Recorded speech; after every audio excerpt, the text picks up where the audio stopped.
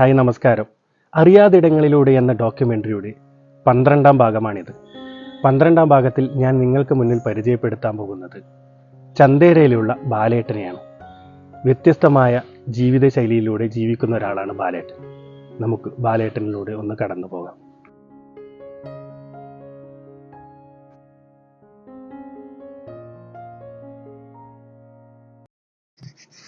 തൃക്കരിപ്പൂർ ചന്തേര സ്വദേശിയായ ബാലൻ പാലായി എന്നറിയപ്പെടുന്ന ബാലേട്ടൻ കായികക്ഷമത ആവശ്യമുള്ളവർക്ക് പരിശീലനം നൽകി താങ്ങാവുകയാണ്.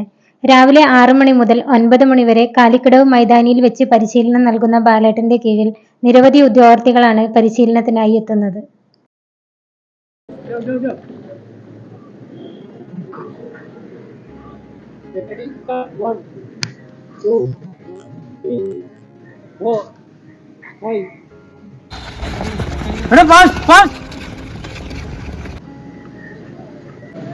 ബാലേട്ടൻ എത്ര കാലമായി ഈ പരിശീലനം? 13 വർഷത്തോളമായി പരിശീലനം തുടങ്ങിയിട്ട്. റിട്ടയർ ചെയ്തിട്ട് പോകുമ്പോൾ 8 വർഷത്തോളമായി തുടർച്ചയായിട്ട് 9 വർഷം. എത്ര കുട്ടികളുണ്ടാവും പരിശീലനത്തിന്? കഴിഞ്ഞ പ്രാവശ്യം ഏകദേശം ഒരു 120ഓളം കുട്ടികളുണ്ടായിരുന്നു. അതിൽ 90ഓളം കുട്ടികൾ പോലീസിന്റെ ഫിസിക്കലി പാസ്സായിട്ടുണ്ട്. അതിലിപ്പം ആ 90ൽ ഒരു 33ഓളം കുട്ടികൾ ഇപ്പം ഈ 8ാം മാസത്തിന് ശേഷം പോലീസിൽ കയറിയിട്ടുണ്ട്. അതേസമയം ഒരു 7 കുട്ടികൾ മിലിറ്ററി അങ്ങനെ സർവീസ് ആയിട്ട് ഏകദേശം 40ഓളം ആൾക്കാർ കയറിയിട്ടുണ്ട്. ഇപ്പം 3-4 മാസം കഴിഞ്ഞു. കുട്ടികൾക്ക് കൊടുക്കുന്ന ഈ പരിശീലനത്തിൽ നിന്ന് ബാലേട്ടന് കിട്ടുന്ന ഒരു അനുഭവം പറയാം. ഞാൻ ഫ്രീ സർവീസ് കൊടുക്കുന്നത്, യാതൊരു പ്രതിഫലവും അവരിക്കാതെ ഇതുവരെ ചെയ്തുകൊണ്ടിരിക്കുന്നത്. നമ്മള് കുട്ടികൾക്ക് ഒരു 90% ആൾക്കാർ എന്റെ കീഴിൽ പരിശീലനം നേടി 90% ആൾക്കാരും വിവിധ സർവീസിൽ നിന്ന് ജോലി ചെയ്യുന്നു. അതെന്നാണ് എനിക്ക് കിട്ടുന്ന ഏറ്റവും പ്രതിഫലം. എത്ര വർഷമായി പരിശീലനം തുടങ്ങിയിട്ട്? ഞാനിപ്പോ ഇവിടെ 53 മാസമായി. മുമ്പേ തുടങ്ങിയിട്ടുണ്ട്, അറിയാം, കേട്ടിട്ടുണ്ട്. എങ്ങനെയുണ്ട് ഈ എക്സ്പീരിയൻസ്? നല്ലതുണ്ട്, നല്ല മാറ്റമുണ്ട്. പോലീസിന്റെ CPF, WCPF ഏതാണിപ്പം തയ്യാറെടുത്തിട്ടാണ്? അല്ല, ലിസ്റ്റ് വന്നു. അപ്പൊ ലിസ്റ്റിലുണ്ട്. അപ്പൊ അങ്ങനെ വന്നത്. എന്താണ് ബാലേട്ടന്റെ പരിശീലനത്തെ കുറിച്ച് പറയാനുള്ളത്? പരിശീലനം പറഞ്ഞാല് പുള്ളി ഇപ്പൊ 12 വർഷമായിട്ട് ഈ ഒരു ഫീൽഡിൽ വർക്ക് ചെയ്യുന്നുണ്ട്. അപ്പോൾ തീർച്ചയായും സൗജന്യമായിട്ടാണ് പരിശീലനം കൊടുക്കുന്നത്. പിന്നെ നമുക്കിപ്പോ ഒരു വീട്ടിൽ നിന്നൊരു സപ്പോർട്ട് ഭയങ്കരമായിട്ടാണ്. അത് നമ്മളൊരു രക്ഷിതാവിന്റെ സ്ഥാനത്ത് നിൽക്കുന്ന ഒരു സപ്പോർട്ടാണ് ഇവിടെ വന്നിരുന്നത്. പിന്നെ ഒരാളുടെ ഇപ്പോഴത്തെ ഏതാണെന്ന് അത് നോക്കിയിട്ട് മുന്നോട്ട് എത്തിക്കാൻ വേണ്ടിയിട്ട് പുള്ളിയുടെ കൈ കൊണ്ട് പരമാവധി പുള്ളിയുടെ കയ്യിൽ നിന്ന് തന്നെ അതിന്റെ ചെലവെല്ലാം വഹിച്ചുകൊണ്ട് ഒരാളെ ജോലിയിലേക്ക് കൊണ്ടുപോകാൻ മുഴുവൻ കടമ നിറവേറ്റുന്നുണ്ട്.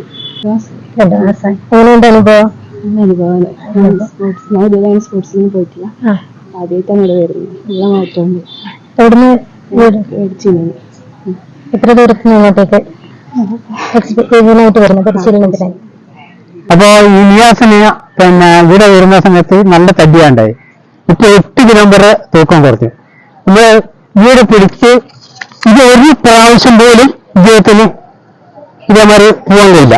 ഇത് നമുക്ക് 8 പ്രാവശ്യം ഇതേമാതിരി ചെയ്യണ്ടോ?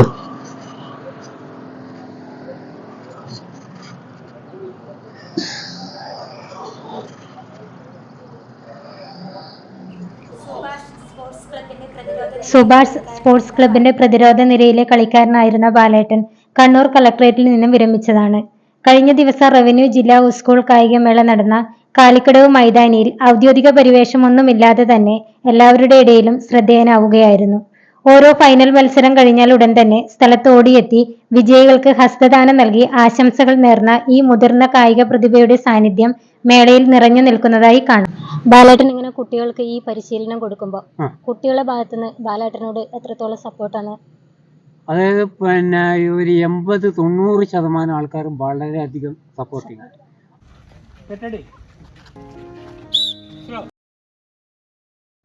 ജേർഡ് എന്ന അന്നനാളത്തിൽ ബാധിച്ച രോഗം മൂലം അരിയാകാരം, ഗോതമ്പ്, മസാല അടങ്ങിയ ഭക്ഷണങ്ങൾ, മത്സ്യമാംസാദികൾ ഇവയൊന്നും കഴിക്കാതെ വെറും ഇളനീർ മാത്രം കഴിച്ചുകൊണ്ട് ആരോഗ്യം നിലനിർത്തുന്ന ഒരാൾ എന്നതാണ് ബാലേട്ടനെ മറ്റുള്ളവരിൽ നിന്നും വ്യത്യസ്തനാക്കുന്നത്.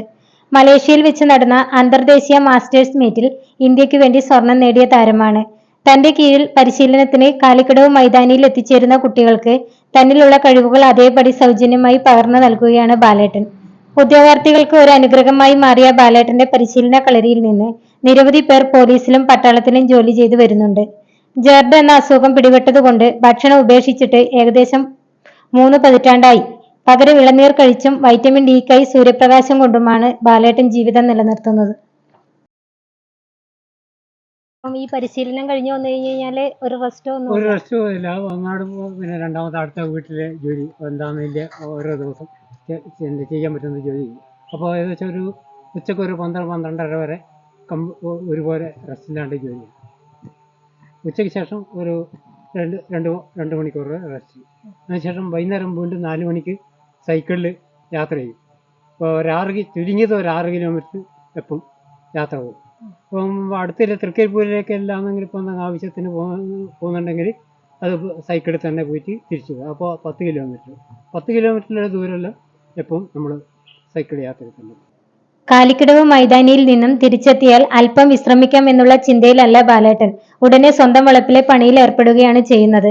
വൈകുന്നേരം വീണ്ടും സൈക്കിളിൽ 10 കിലോമീറ്ററോളം യാത്ര ചെയ്യുകയും ചെയ്യുന്നു. റിട്ടയർഡ് അധ്യാപികയായ ഭാര്യ ഗൗരി, മക്കൾ ആശിഷ്, അനഘ് എന്നിവർ അടങ്ങുന്നതാണ് ബാലേട്ടന്റെ കുടുംബം. മകൻ അനഘ് 2012 സന്തോഷ് ട്രോഫി പ്ലെയറാണ്. ജീവിത യാഥാർത്ഥ്യങ്ങളുടെ ഇടയിൽ തനിക്കുള്ള അസുഖത്തെക്കുറിച്ച് വ്യാകുലപ്പെടാതെ എല്ലാത്തിനെയും അതിജീവിച്ചുകൊണ്ട് ഉറച്ച മനസ്സോടും വളരെ ആത്മാർത്ഥതയോടും മുമ്പോട്ട് പോകുകയാണ് ബാലേട്ടൻ.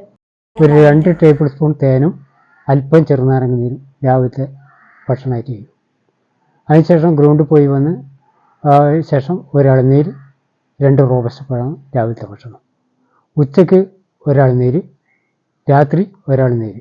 അപ്പോൾ ആഴ്ചയ്ക്ക് 2 ദിവസം ഉച്ച സമയങ്ങളിൽ ഇളനീര് ഒഴിവാക്കി ഒരു പിടി പച്ചക്കറി പച്ചയായിട്ട് തേങ്ങയും ചേരിട്ടിട്ടും ഒരു പിടി പച്ചക്കറി തേങ്ങാപ്പാലിൽ വേവിച്ച്, അതായത് സെക്കൻഡ് പാലിൽ വേവിച്ചെടുത്ത് വാങ്ങി വെച്ചിട്ടാകുമ്പോൾ ഫസ്റ്റ് പാലും അല്പം പിന്നെ ഉപ്പും കറിവേപ്പിലയും ഇട്ട് 20 മിനിറ്റ് അടച്ച് വെച്ച ഭക്ഷണമാണ് കഴിക്കുക. അത് വെറും പച്ചക്കറി മാത്രം. ബാലേട്ടന് എത്ര മക്കളാണുള്ളത്? 2 ആൺമക്കളാണ്. ഈ 2 മക്കളിൽ ആർക്കെങ്കിലും കലാപരമായ കഴിവുകളുണ്ടോ? 2 കലാപരമായിട്ട് കഴിവുള്ള ആൾക്കാർ തന്നെയാണ്. പിന്നെ മൂത്ത മകൻ 2 സന്തോഷ് ട്രോഫി കളിച്ചാണ് 2012-14. ആ ബേസിൽ തന്നെ അവന് സ്പോർട്സ് കോട്ടയിൽ ഇപ്പോൾ കേന്ദ്ര ഗവൺമെൻറ് പോസ്റ്റൽ അസിസ്റ്റൻ്റായിട്ട് വർക്ക് ചെയ്യുന്നു. ഇപ്പോൾ കാസർഗോഡ് വർക്ക് ചെയ്യുന്നു. രണ്ടാമത്തവൻ പിന്നെ ഇത് BEd പാസ്സായാണ്. ഓനും പിന്നെ പയ്യന്നൂർ കോളേജിൻ്റെ ടീമിലുണ്ടായാണ്. ഇപ്പം പിന്നെ ഇത് വീഡിയോ എല്ലാം ചെയ്യുന്നു. ബാലേട്ടൻ്റെ ഈ വിലപ്പെട്ട നിമിഷം നമ്മളെ കൂടെ ചിലവഴിച്ചതിൽ ഒരുപാട് സന്തോഷം. അതുപോലെ തന്നെ ഈ അസുഖത്തെ തരണം ചെയ്ത് ഇനിയും ഒരുപാട് കാലം മുന്നോട്ട് പോകാനും ഒരുപാട് കുട്ടികൾക്ക് ബാലേട്ടൻ്റെ ഈ പരിശീലനം ഒരു നല്ലൊരു കടാക്ഷമായി മാറട്ടെ എന്ന് നമുക്ക് പ്രാർത്ഥിക്കാം.